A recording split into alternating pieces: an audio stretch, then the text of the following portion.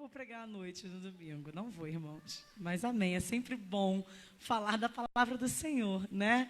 Isso não é um castigo, é uma honra, é um prazer. Quem somos nós para falarmos da palavra do Senhor? E mesmo assim, pela sua misericórdia, Ele nos usa, amém? Vamos nos colocar de pé, abra sua Bíblia no livro de Tiago, capítulo 2. Nós vamos estar lendo do versículo 10 ao versículo 13.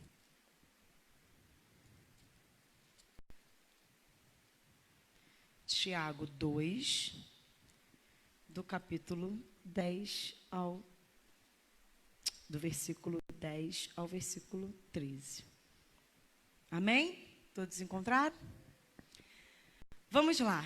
Diz assim: porque qualquer que guardar toda a lei e tropeçar em um só ponto, tornou-se culpado de todos.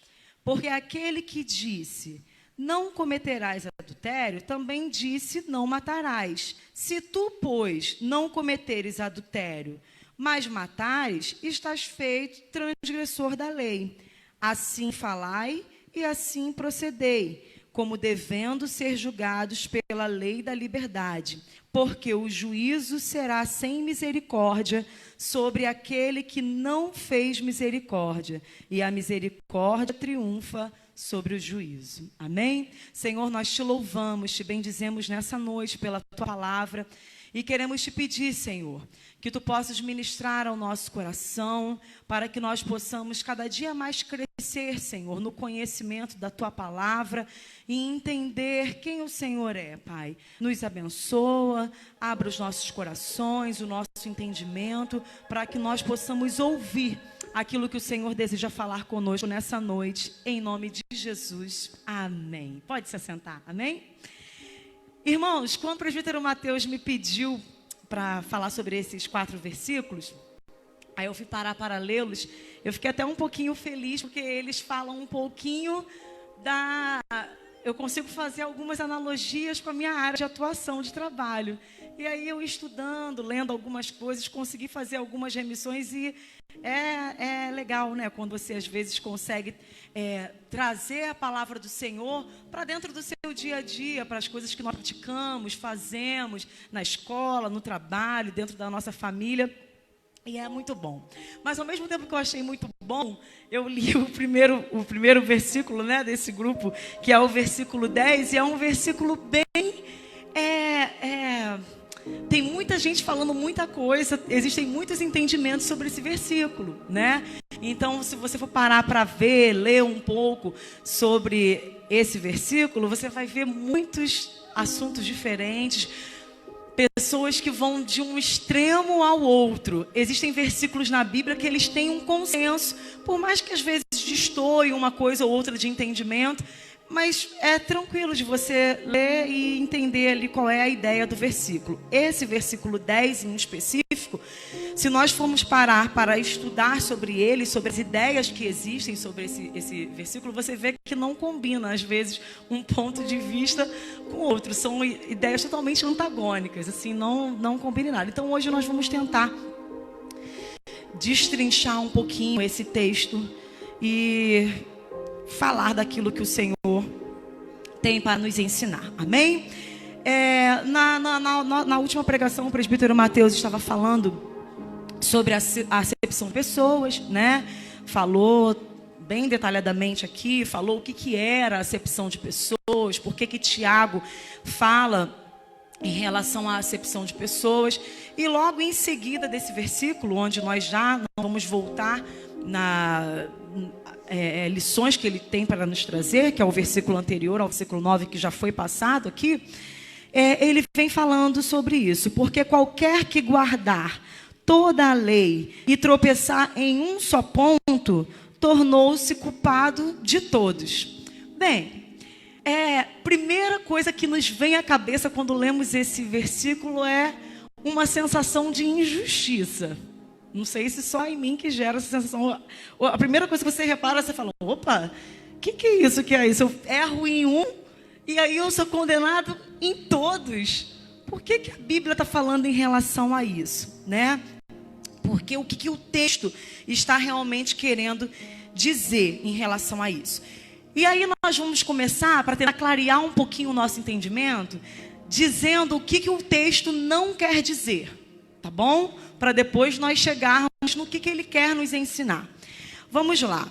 O versículo, esse versículo 10 em específico, ele não quer dizer que se nós desobedecermos um mandamento, Deus olhará para nós e nos enxergará como cometedor de todos os outros. Então vamos supor, ele não quer dizer isso. Eu adulterei. Não adulterei, tá, irmão? Só um exemplo. O Senhor não vai olhar para mim e me enxergar como uma homicida, como uma ladra. Não é isso que o versículo está querendo nos dizer, tá bom? Em segundo lugar, não significa que todos os pecados são tratados por Deus da mesma forma. Existem pecados que recebem uma condenação maior e um juízo diferenciado, assim como na lei humana. Então vamos lá, vamos entender um pouquinho isso. Às vezes a gente ouve muito assim, né? Para Deus não há pecado, pecadinho ou pecadão, né? A gente passou nossa vida inteira ouvindo isso. E realmente, quando nós pecamos contra o Senhor, nós pecamos, nós já o desagradamos. Então, não há a existência disso. Eu sou menos pecador porque o meu pecado é menor e você é mais pecador porque o seu pecado é maior. Nós temos a tendência a elencar um rol de pecados piores e pecados que são menos piores, né? Enquanto pecado é pecado. O que se pode tirar de bom de um pecado? O que se pode tirar de bom de um crime? Independente qual seja ele, se você o cometeu, você passa a ser um criminoso. Se foi um crime ou se foram 10 crimes, você é um criminoso. Se eu conto uma mentira ou se eu passo uma vida de mentiras, eu sou uma mentirosa. Se eu roubo uma quantia pequena ou se eu roubo milhões, eu sou uma ladra, né? Só que, na verdade, as consequências do nosso pecado e o juízo de Deus sobre esse pecado, a pena, se assim a gente pode dizer, ela não é igual, é diferenciada. Da mesma forma que acontece na nossa lei. A gente tem um código, né? Nós temos na nossa lei brasileira vários códigos que regulamentam várias coisas. Então, nós temos o Código Civil, que vai falar sobre as questões civis da sociedade, responsabilidades do consumidor, do empresário. Temos a nossa Constituição Federal, que está o quê? Acima de todos os outros ordenamentos. Ela sempre vai ser a base para a gente dizer se uma lei é legal ou não, se ela é inconstitucional. Logo, se ela ferir um texto da Constituição, ela vai ser tida como inconstitucional e a gente pode recorrer sobre a ilegalidade dela. E nós temos o ordenamento jurídico, que é o nosso Código Penal. Lá no nosso Código Penal estão descritos os crimes, o que depois de ser estudado pela sociedade foi considerado como um crime e quais são as penas para cada um desses crimes. E aí vai existir lá um rol dos crimes hediondos. Todo mundo já ouviu falar sobre os crimes hediondos, né? São os crimes o quê? Piores, se a gente pode dizer. São os crimes que antigamente não existia nem progressão de regime para esse tipo de crime. Progressão de regime é quando o regime pode ir melhorando. Você começa preso, em cadeia, regime fechado. Aí, dependendo do seu comportamento, esse regime vai para o semiaberto, aberto, condicional. Antigamente não existia essa opção para os crimes hediondos. Era fechado, a pena inteira. Agora teve uma mudança na legislação e aí passou a se ter possibilidade de progressão de regime nos crimes hediondos.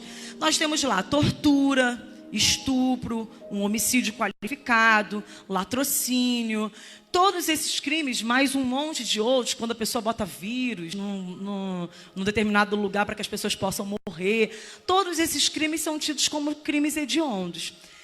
E para esses crimes, há um peso maior. Eles sempre começarão em regime fechado, diferente de outros crimes. Estão lá na lei, são crimes também, mas é diferente. Existem crimes que você comete que você nem chega a ser preso, dependendo se você tem antecedentes criminais ou não. Você pode substituir a pena de ficar preso por uma restritiva de direitos, e aí você vai ser compelido a fazer prestar aqueles serviços sociais, dentro de abrigos, de hospitais, um monte de coisa. Ok, mas para os crimes hediondos, não. Existe uma penalidade que é maior. Existe um tratamento diferenciado para esse tipo de crime. Geralmente o réu não goza de muitas regalias. No Brasil o réu goza de muitas regalias que não deveria gozar. Mas, em específico, nos crimes hediondos, não. O cinto é mais apertado ali, né? Então, existe realmente um tratamento diferente. E assim é em relação ao nosso pecado. Existem consequências diferenciadas para o nosso pecado. E também em relação a Deus, quanto ao seu juízo, e se assim a gente pode entender, só para a gente entender, a pena que ele vai aplicar também é diferenciado, e a Bíblia vai nos falar em relação a isso, e nós vamos discorrer um pouquinho sobre isso, ok? Terceiro ponto do que esse versículo não significa. Não significa que todos receberão o mesmo tipo de juízo, a despeito dos pecados que tiverem cometido. Então, o texto não está querendo dizer aqui, por mais que a gente leia, olha, porque qualquer que guardar toda a lei e tropeçar em um só ponto, tornou-se culpado de todos. A gente acaba tendo, na leitura do texto, uma ideia muito geral, e nos dá essa sensação de que todos terão o mesmo juízo, todos serão condenados da mesma forma, todos os pecados são iguais para Deus, a consequência, a pena, a forma de ser julgado vai ser tudo igual. Mas o versículo não quer nos dizer isso. Vamos abrir as nossas Bíblias lá em Mateus 23, no versículo 14.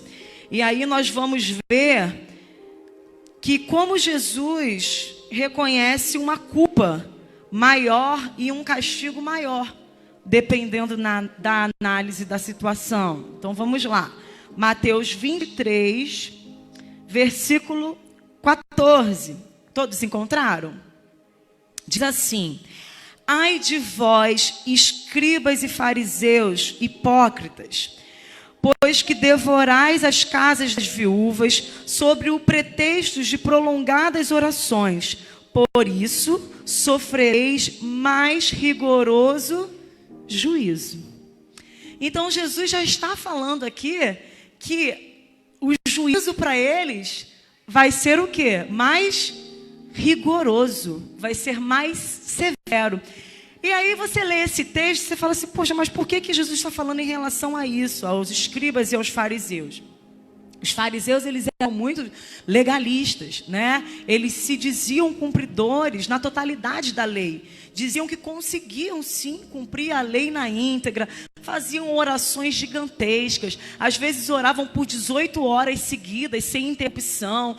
E isso tudo fazia com que a imagem deles fosse uma imagem de santos homens de Deus. Aqueles que também, além de serem... cuidar ali da área religiosa, eles também tinham alguns cargos dentro da sociedade que eram cargos de importância. Nesse versículo aqui, em específico, Jesus está falando isso com eles, porque os escribas, na época, eles eram os responsáveis para lavrar o testamento de uma pessoa. É como se fossem hoje os cartórios de registro de imóveis, que você vai lá e pode lavrar um testamento, coisa e tal. Os escribas tinham essa função. E aí o que eles faziam? Quando o homem ia lá e fazia o seu testamento, eles até tentavam convencer esses homens de já deixarem ali por escrito alguma doação para eles, como se fosse doando para o reino de Deus, tal, tudo mais. Só que os homens eram mais difíceis de cair na lábia desses escribas, né? Então, quase nunca aconteciam. Só que quando esses homens que tinham feito registro morriam, eles faziam o quê? Já corriam para as viúvas. E aí começavam a falar com as viúvas, falar sobre a obra de Deus, falar sobre os mandamentos do Senhor, e as convenciam de entregar os seus bens, a sua herança. Só que elas já estavam numa condição de miserabilidade. Elas tinham acabado de perder o marido e ainda viviam em épocas em que a mulher não é como hoje, os dias de hoje. E os caras que se diziam os santarrões faziam uso da palavra para poder convencer as mulheres de entregarem os seus pertences. Qualquer semelhança é mera coincidência. É mera coincidência. Eu tenho um caso na família assim. E que hoje a pessoa vive numa condição muito difícil, mas que já teve um terreno e que, convencido por um pastor, fez a doação desse terreno e hoje não tem casa para morar. Então, Jesus sabia a intenção do coração desses fariseus e desses escribas. Ele sabia que o que existia ali era só uma capa. Era um legalismo que não era real. Esses homens não viviam a prática, não praticavam daquilo que falavam. E Jesus vê o interior.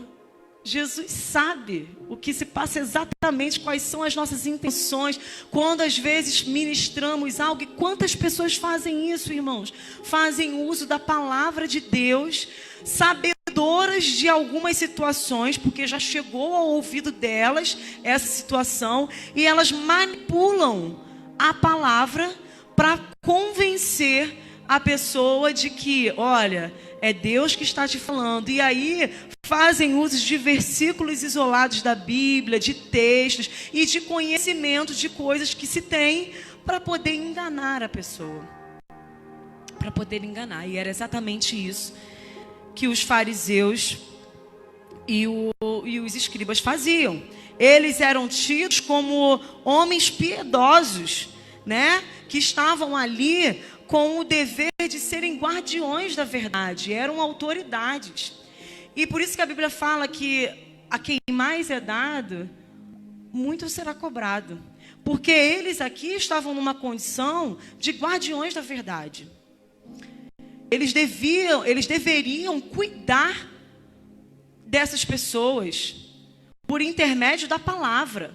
Então, aquela mulher ficou viúva, nós precisamos cuidar, porque a palavra diz que nós temos que cuidar dos órfãos e das viúvas. Eles já tinham conhecimento desses mandamentos, do amor que era acima de todos os outros mandamentos, que se eles não cumprissem, mas pelo contrário, eles se utilizaram, né, dessa condição de homens piedosos, daqueles que eram guardiões da verdade, para poder usurpar e para poder enriquecer. E assim eles iam engordando o seu patrimônio, indo de viúva em viúva, convencendo-as de que quando elas entregassem a sua herança, elas estavam cumprindo o propósito de Deus. E é por isso que Jesus fala isso, de que eles seriam tratados com mais rigor. Ok. Quando a gente lê isso aqui, é interessante, porque teve uma mudança na lei, acredito que os irmãos acompanharam, que a corrupção, tanto ativa quanto passiva, passou a ser o quê? Crime hediondo, né? Por que eles tentaram assimilar isso? A ideia foi mais ou menos a mesma. Para você ver como é que a Bíblia é perfeita e como é que Jesus já nos traz ensinamentos que são usados mesmo para o nosso dia a dia. O entendimento do texto para a aprovação do projeto é exatamente esse.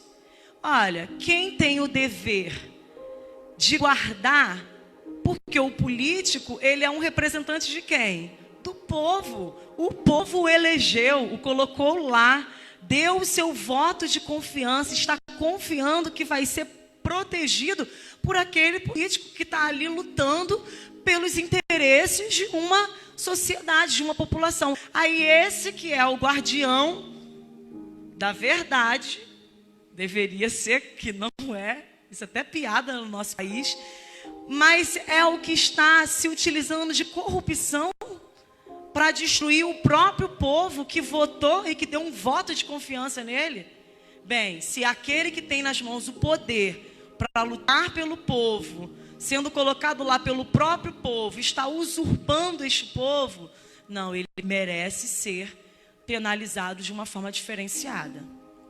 Ele merece ter um tipo de regime diferenciado, uma pena diferenciada, porque ele tem conhecimento. Ele deveria proceder de outra forma. E aí o texto foi aprovado e hoje a corrupção está lá, na escala dos crimes hediondos, no rol dos crimes hediondos. Ok? Um outro ponto a ser observado também é que a culpa também se baseia no conhecimento. Então, quanto mais eu conheço, mais eu sou o quê? Culpado. Porque às vezes você faz alguma coisa por ignorância e você nem tem conhecimento de que aquilo que você está fazendo é errado.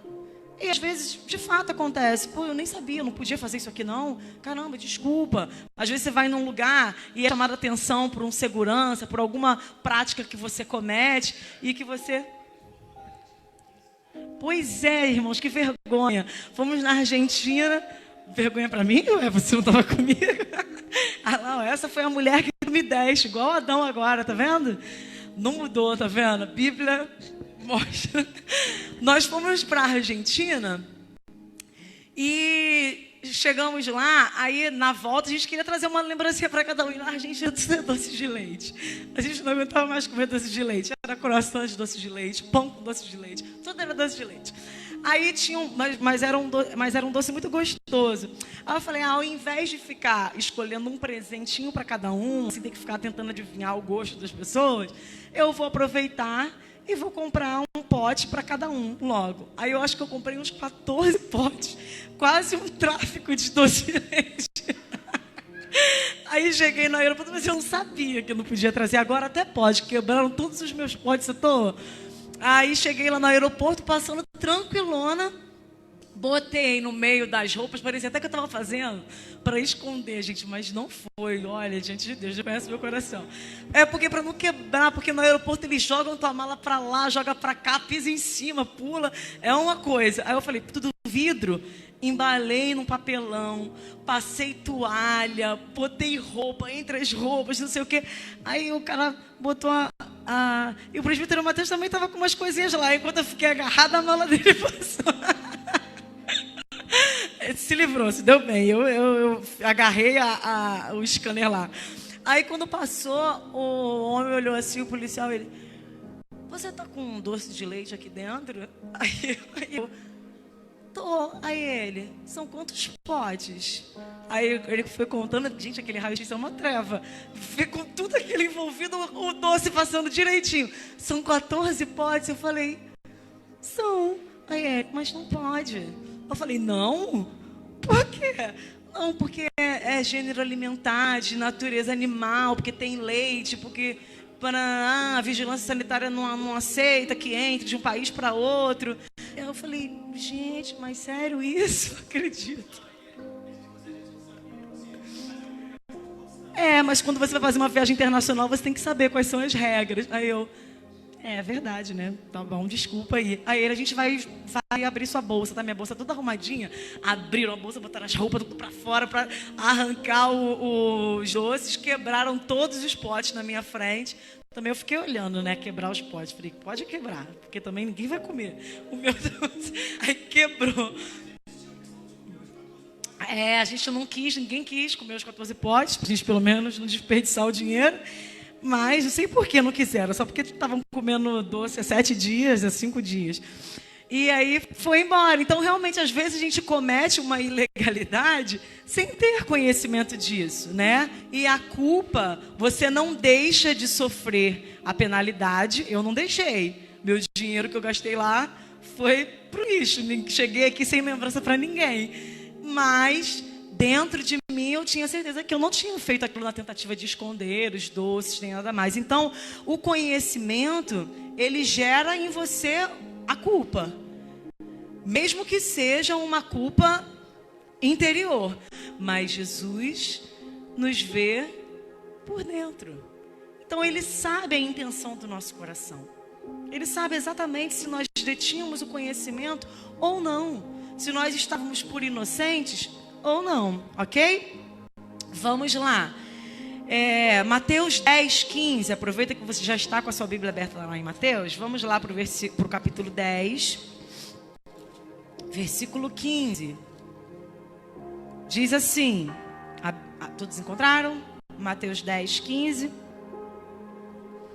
Diz assim: em verdade vos digo que no dia do juízo haverá menos rigor para o país de Sodoma e Gomorra do que para aquela cidade, que eram o quê? As cidades judaicas que conheceram a Cristo, mas o rejeitaram. O Sandro falou sobre isso uns dias desse aqui, acho que semana passada. Então, o conhecimento gera uma culpa maior para nós e automaticamente um juízo maior sobre nós. Aqui os judeus, eles conheceram a Cristo e rejeitaram. Escolheram rejeitar. Optaram por rejeitar. Então, sobre eles virá um juízo maior, mais rigoroso. Portanto, assim, iniquidades que são piores do que outras e que serão o quê? Dignas de um juízo mais severo, ok? Então nós vimos aqui o que o versículo não está querendo nos dizer.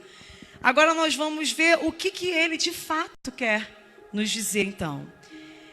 O versículo quer nos ensinar que basta que nós desobedeçamos a um dos mandamentos para que a gente passe a ficar sujeito, tornando-se culpado e automaticamente condenável.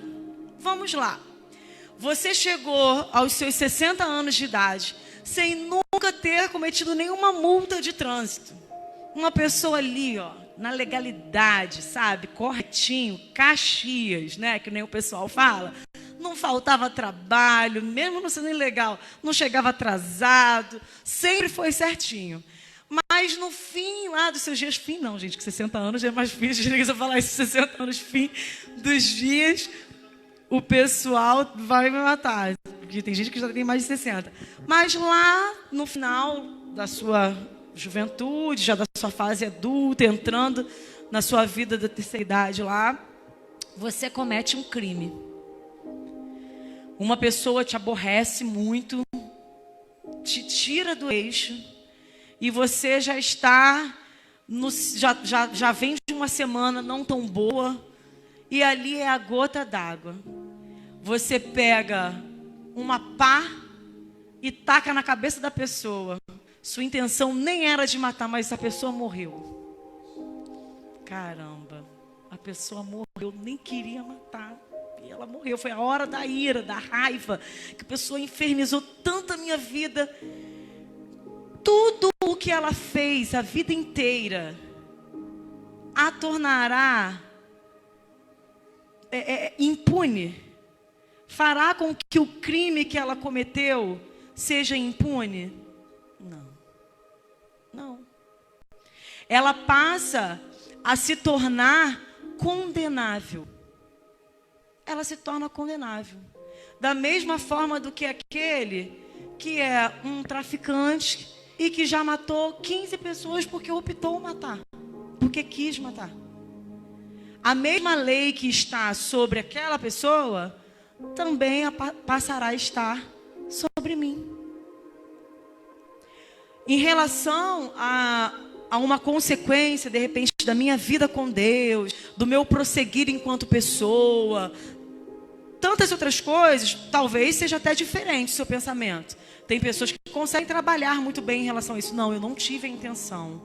Aconteceu, mas agora eu vou arcar com a consequência da minha atitude. E eu passo a me tornar culpado e condenável.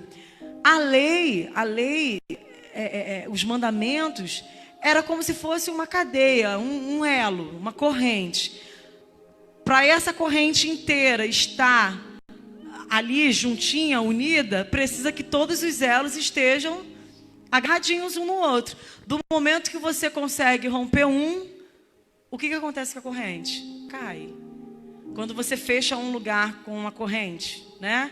E chega um assaltante e vem com aquele negócio que eu não sei o nome, grande, que consegue cortar a corrente, ele quebra o quê? O elo. Ele quebra a corrente. Aquilo que parecia ser tão inquebrável vem tudo o quê? Ao chão. É exatamente isso que eram os mandamentos. Na hora que eu quebro eu quebro tudo. Porque eu me torno condenável igual aquele que fez, de repente, cometeu 15. Eu cometi 1. O outro cometeu 3. Mas eu sou tão condenável quanto aquele que cometeu mais. E eu, de alguma forma, também desconsiderei os mandamentos de Deus. Eu também, de alguma forma, anulei. É o meu ou não? Não tem esse som? Eu desconsiderei a pessoa de Deus. Da mesma forma. Então, a lei era um conjunto. A violação de um ponto equivalia a ofender o único e mesmo dador de todas as leis. Quando eu quebro uma lei de Deus, aqui, né, que eram os fariseus falavam, que eram os cumpridores da lei na íntegra, eu estava automaticamente quebrando tudo o que Deus tinha proposto.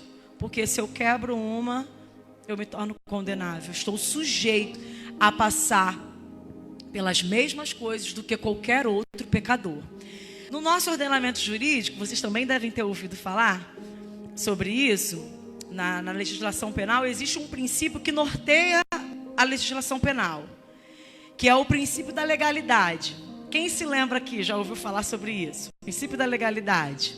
Diz o que esse princípio? Que não há crime sem lei anterior que o defina. E nem a pena sem prévia cominação legal. Ou seja, está escrito no Código Penal que é crime? Não, então não é crime.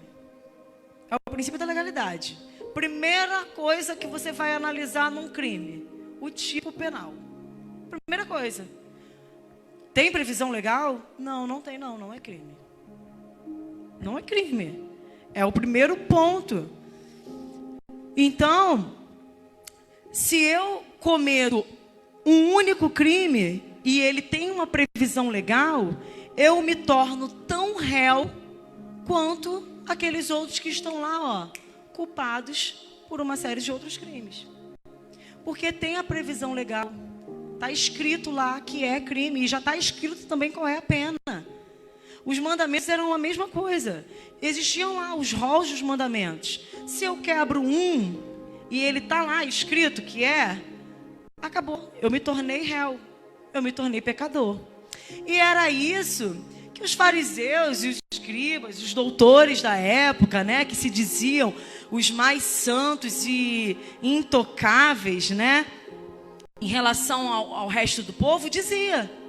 E queria se colocar na condição disso, sendo que Tiago estava mostrando para eles que eles também eram tão pecadores quanto todos os outros. Porque assim como o presbítero Mateus falou na semana passada, vai lá no tocante ao amor, que era o mandamento acima de todos os mandamentos. Era óbvio que eles faziam acepção de pessoas. Então, se eles quebravam um mandamento, que era um mandamento, se a gente pode dizer na língua de hoje, top, que era o que norteava tudo, era óbvio que eles eram pecadores também. Não existiu ninguém que conseguisse cumprir a lei, a não ser Jesus. O único que cumpriu a lei foi Jesus. Então, esse peso que eles traziam para eles mesmos era uma burrice, né?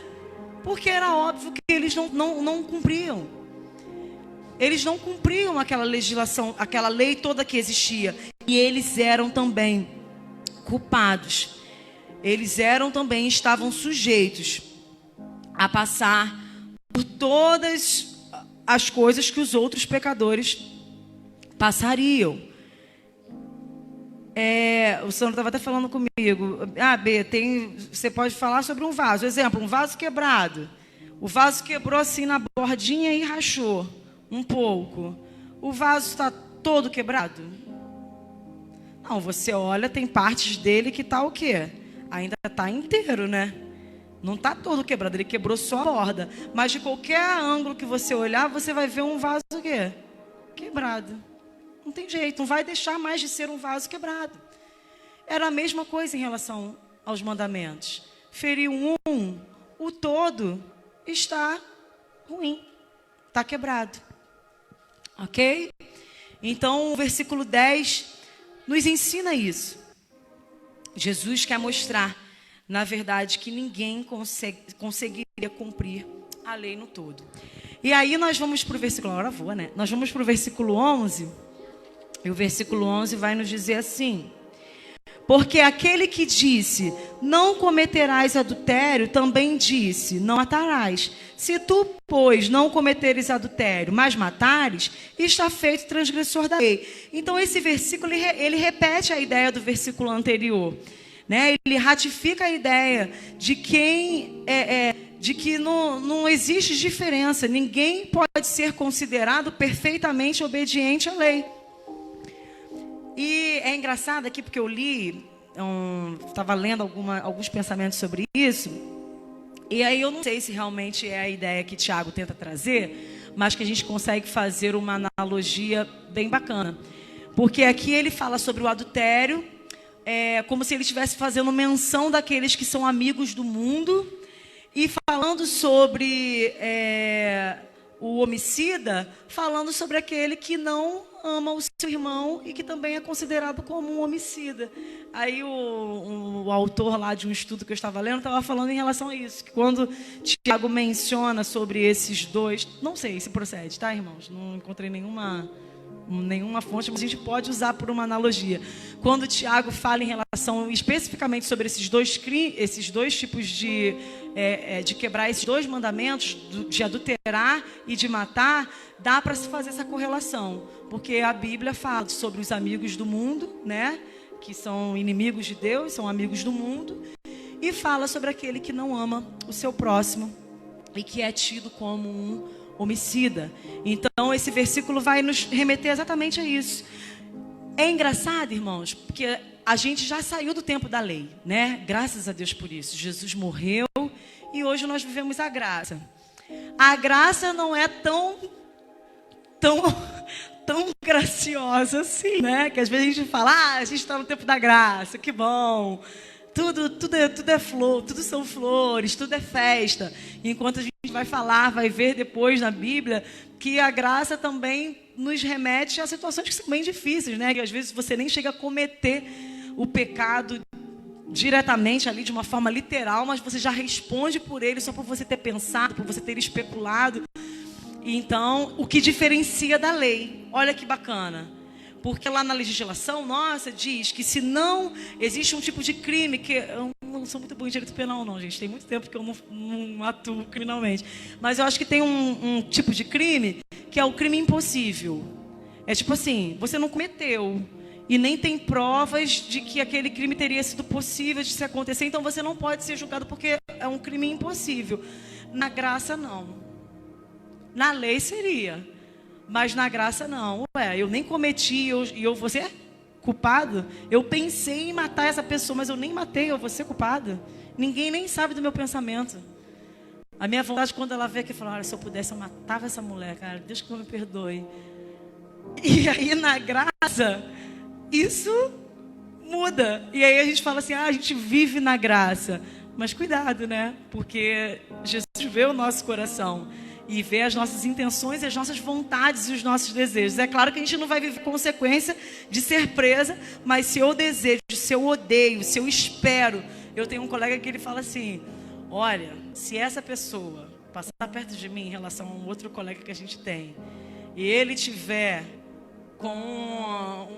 até esqueço o tanto que ele usa, que ele tiver com uma pedra caindo no abismo, eu piso no dedo dele para ele terminar de cair. Falei, Jesus, misericórdia, que é isso? Estou te falando sério, tá? Faço isso, isso é firme no meu coração. Ele é cristão. Eu falo, que isso, cara, tu tá errado. Eu sei, eu acho que eu não vou pro céu mesmo não. Porque olha, isso é muito latente no meu coração. E eu desejo mesmo que ele se dê mal, que tudo errado para ele. Eu falo, mas não pode ser assim, não é assim que Jesus ensina. Aí ele fala, eu tenho que mudar mesmo, eu peço a Deus perdão para me ajudar, porque desse jeito aqui eu não vou pro céu não. Eu tenho certeza. Eu falo, pô, meu Deus. Aí eu falei, Jesus já está ministrando no seu coração. E quantas vezes é assim, né? Nós colocamos pecados que são pecados maiores, pecados que são pecados maiores. Eu adulterei, mas é menos pior do que matar alguém. Eu não quebrei tanto assim o mandamento, porque adulterar eu peço perdão, tal. Qual é a consequência tão drástica que pode trazer disso? Matar a pessoa não vai voltar nunca mais, né? Então é menos pior. E a gente naturalmente elenca os pecados como sendo uns maiores ou menores do que o outro. Vamos para o versículo 12. Versículo 12 vai nos dizer assim: assim falai e assim procedei, como devendo ser julgados pela lei da liberdade. Neste versículo nos é apresentado de forma bem geral como deve ser a vida de um cristão, né? Nós devemos proceder da forma que nós falamos. E existe o ditado aí, né? Faça o que eu falo e não faça o que eu faço. Mas não é isso que Jesus nos ensina. Não é isso. Nós devemos proceder da forma que nós falamos.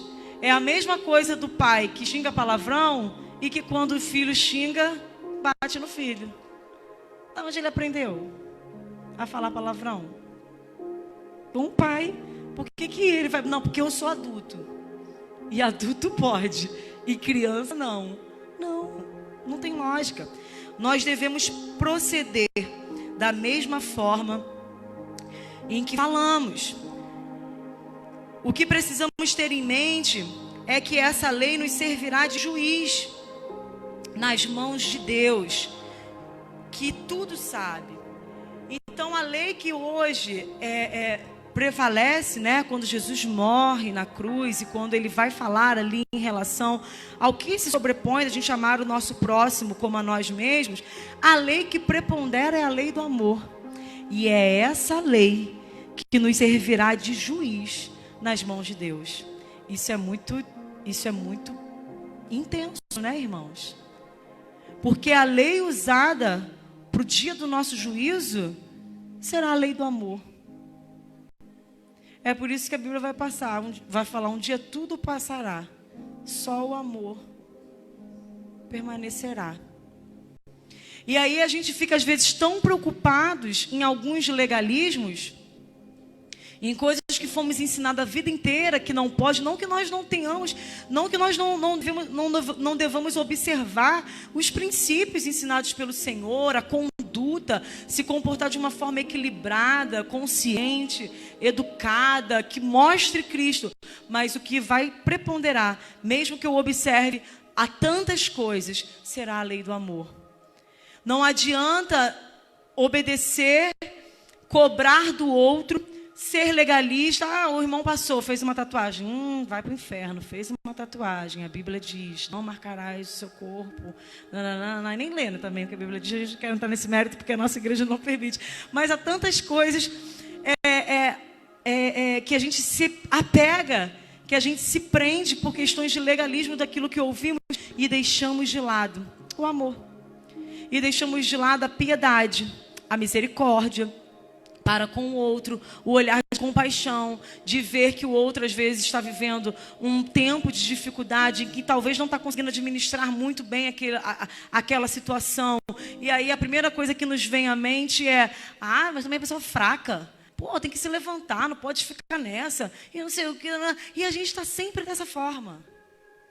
Sempre conduzindo as coisas dessa forma.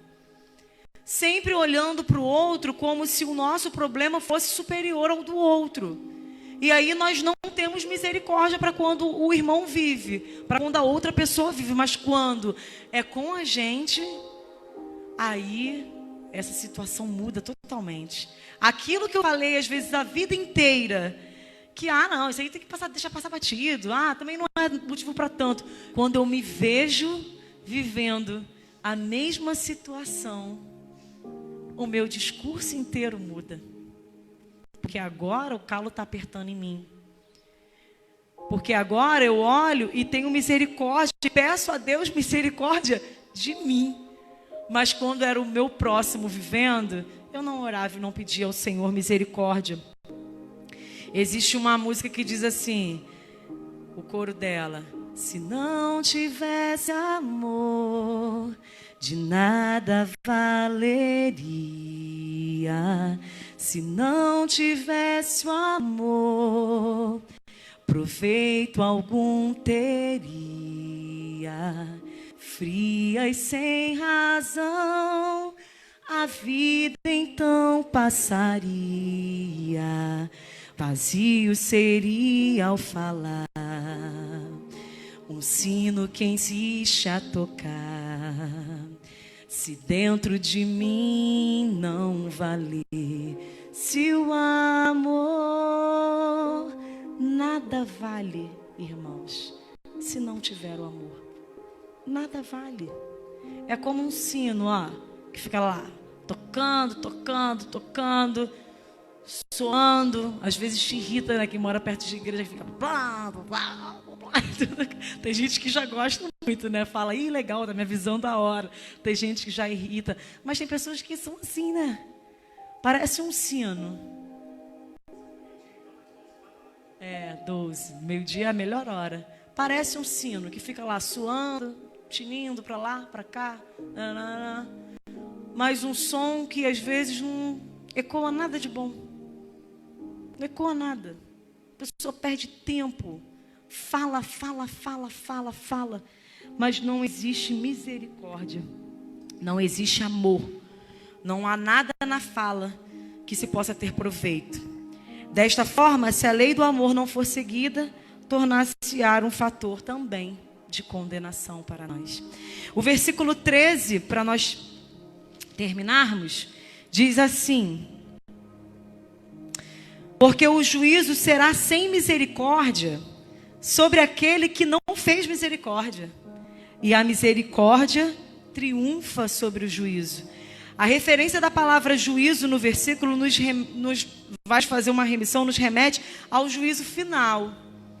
Aqui está nos remetendo a isso, provavelmente, ao dia do nosso juízo final. Se nós não agimos com misericórdia no curso da nossa vida inteira, nós também não seremos julgados com misericórdia. É a oração do Pai Nosso, né? Que a gente pede para sermos perdoados, para que Deus nos perdoe, assim como nós perdoamos a ofensa, né? E aí a gente, quando a pessoa nos pede perdão, a gente não quer perdoar não, mas quer que Deus nos perdoe. Se Deus for nos perdoar segundo a nossa forma de perdoar, tá difícil para a gente, hein? Desta forma, se não nos mostramos com generosidade, seremos tratados sem generosidade. Mas se tivermos mostrado generosidade, misericórdia, assim nós seremos tratados. Romanos 2, do 5 ao 6, diz assim: mas segundo a tua dureza, o teu coração impenitente entesouras ira para ti, no dia da ira e da manifestação do juízo de Deus, o qual recompensará cada um segundo as suas obras. Gálatas capítulo 6, do versículo 7 ao 10, diz assim: não erreis, Deus não se deixe escarnecer, porque tudo que o homem semear, isso também ceifará. Porque o que semeia na sua carne, da carne, ceifará a corrupção. Mas o que semeia no Espírito, do Espírito ceifará a vida eterna. E não nos cansemos de fazer o bem, porque a seu tempo ceifaremos, se não houvermos desfalecido. Então, enquanto temos tempo, façamos o bem a todos, mas principalmente aos domésticos da fé. Quando na parte B do versículo nós vemos que a misericórdia triunfa sobre o juízo, nos remete ao entendimento de que cada vez que usamos de misericórdia, Deus usa de misericórdia para conosco. O presbítero Mateus, aqui na oração, antes da mensagem, ele falou sobre isso, porque o amor encobre multidões de pecados. E eu estava num congresso uma vez e eu ouvi a história de uma mulher que tinha um marido alcoólatra. E ele, quando bebia, ficava muito ruim, muito ruim. E ela tinha 5 filhos, e muito carentes, muito pobres.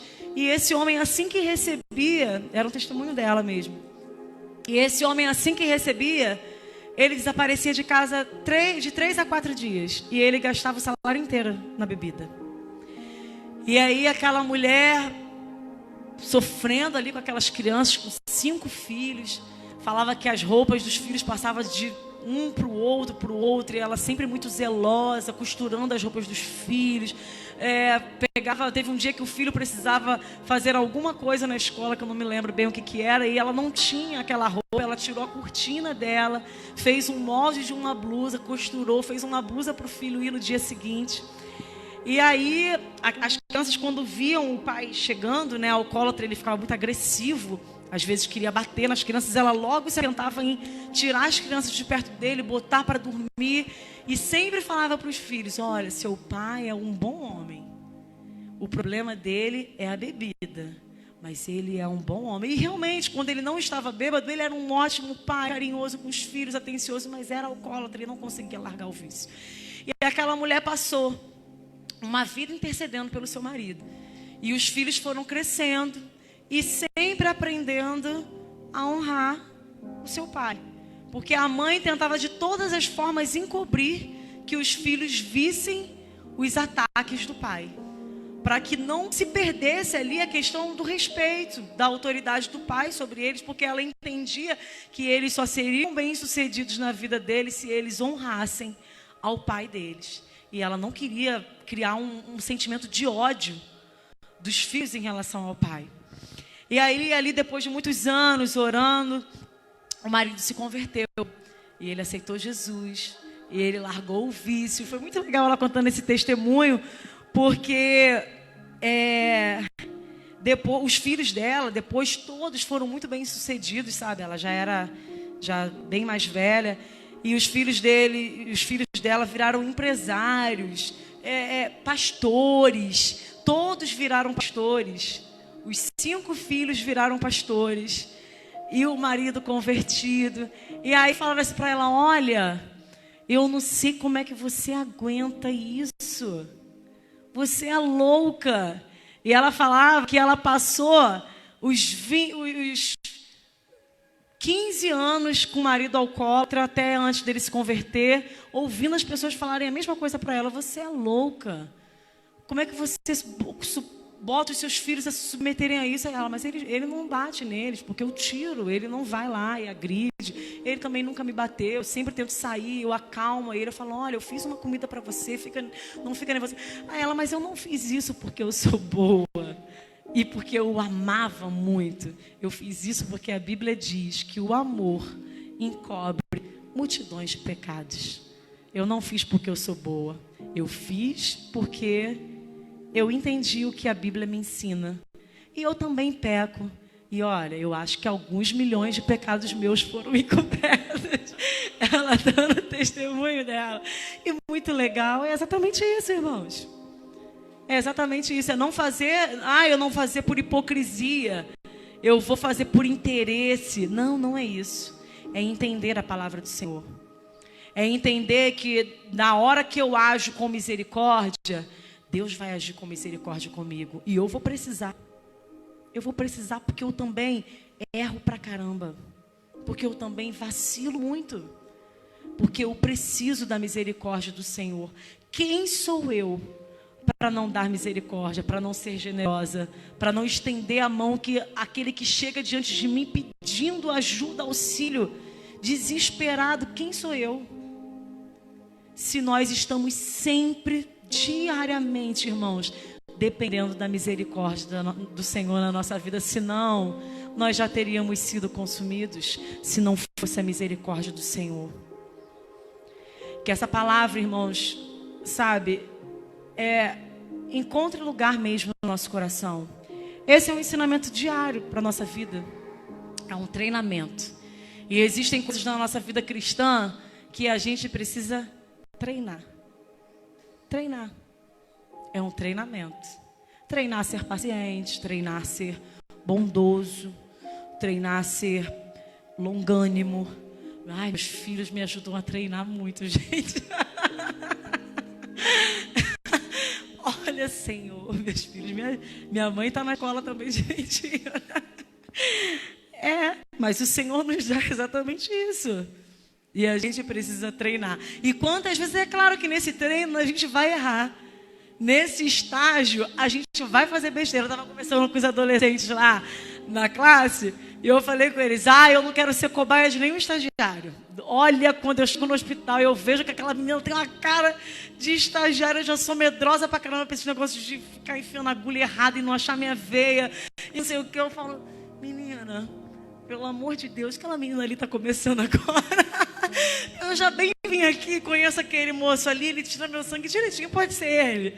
Aí a mulher olha assim, cara, no dia que eu não pedi, foi o dia que eu me dei mal. Você não estava comigo, a mulher não fiquei com um caroço desse tamanho aqui no meu braço. A mulher veio aqui, olha, sua veia não é boa de pegar. Eu falei, mentira, menina, todo mundo sempre pegou minha veia no braço. Nunca, ninguém não conseguiu. Não, mas é muito fininha, vai estourar, não sei o que. Eu falei, meu Deus, já tô vendo que essa menina não sabe. Vou pegar da sua mão, então. Eu falei, caramba, da mão dói pra caramba. Tá bom, menina. Aí veio na mão, me deu uma fura que eu fui lá no céu, vi Jesus, apertei ele, um abraço nele e desci. E ela não me... Olha, suas veias são muito fininhas. E eu já com o olho desse tamanho. Aí ela, vou pegar daqui. Eu falei, eu nunca vi ninguém pegar uma veia daqui. Falei, menina, pelo amor de Deus. Eu nunca tive problema para tirar sangue. Não, olha, vamos lá, agora vai certo, tá? Pode ficar calma, porque ela viu que eu estava ficando desesperada. Aí ela meteu a agulha aqui, eu dei um grito. O lugar era um monte de gente tomando na medicação, tinha umas 15 pessoas assim. Todo mundo olhou pra minha cara, eu falei, você está me machucando, eu não quero mais você, por favor, querida, me perdoa, mas eu não quero. Olha, você já me furou aqui, ninguém. Aí veio a enfermeira que estava no coisa, olhou assim, aí já veio, aí ela, calma, não fica nervosa não, tá bom? Deixa eu pegar, deixa eu ver aqui sua veia. Nossa, mas a sua veia é tão facinha de pegar aqui. Fica calma. E eu já tinha falado. A Catarine, não tirou o garrote do Mateus, ficou espirrando sangue aí do Mateus, que pegou ele de cobaia. Eu falei, não, eu não quero mais ser cobaia de ninguém, não. Mas nesse estágio, mas faz parte da vida. No estágio, a gente vai fazer coisa errada mesmo. A gente está aprendendo. E assim é na nossa caminhada cristã. Quanto mais nós nos dedicamos, mais nós ficamos aperfeiçoados no amor dele. Quanto mais nós praticamos, quanto mais nós nos doamos, quanto mais nós nos entregamos àquilo. Assim como numa profissão qualquer, né? Só que a caminhada cristã requer muito mais. Mas quanto mais você se doa, melhor você fica. Mais você se aperfeiçoa. Mais você vai abandonando os erros. Nossa caminhada com Cristo é a mesma coisa. Vamos estagiar, vamos treinar. Nesse tempo teremos vários erros. E a vida cristã será um eterno estágio, porque só seremos transformados por completo no dia que o Senhor nos buscar. Mas nesse estágio nós temos a condição de ir melhorando um pouco, de estarmos mais íntimos de Deus. E que esse seja o nosso desejo, irmão. Que nós possamos ser aperfeiçoados no amor. Entendendo que por mais que não há um sequer que conseguiu cumprir a lei, por isso Jesus jogou ela por terra, porque só ele conseguiu. Que todo o nosso legalismo, às vezes para algumas situações, não serão suficientes para afastar no dia do juízo final de que o Senhor olhe para nós com misericórdia, mas o amor sim. O amor sim. Então que nós possamos cumprir esse mandamento, esses mandamentos, essa palavra, que ela seja o nosso manual de prática, de vida. Nós possamos pedir misericórdia ao Senhor para conseguirmos cumpri-la e sempre experimentados no amor. Amém? Se coloque de pé, nós vamos estar orando.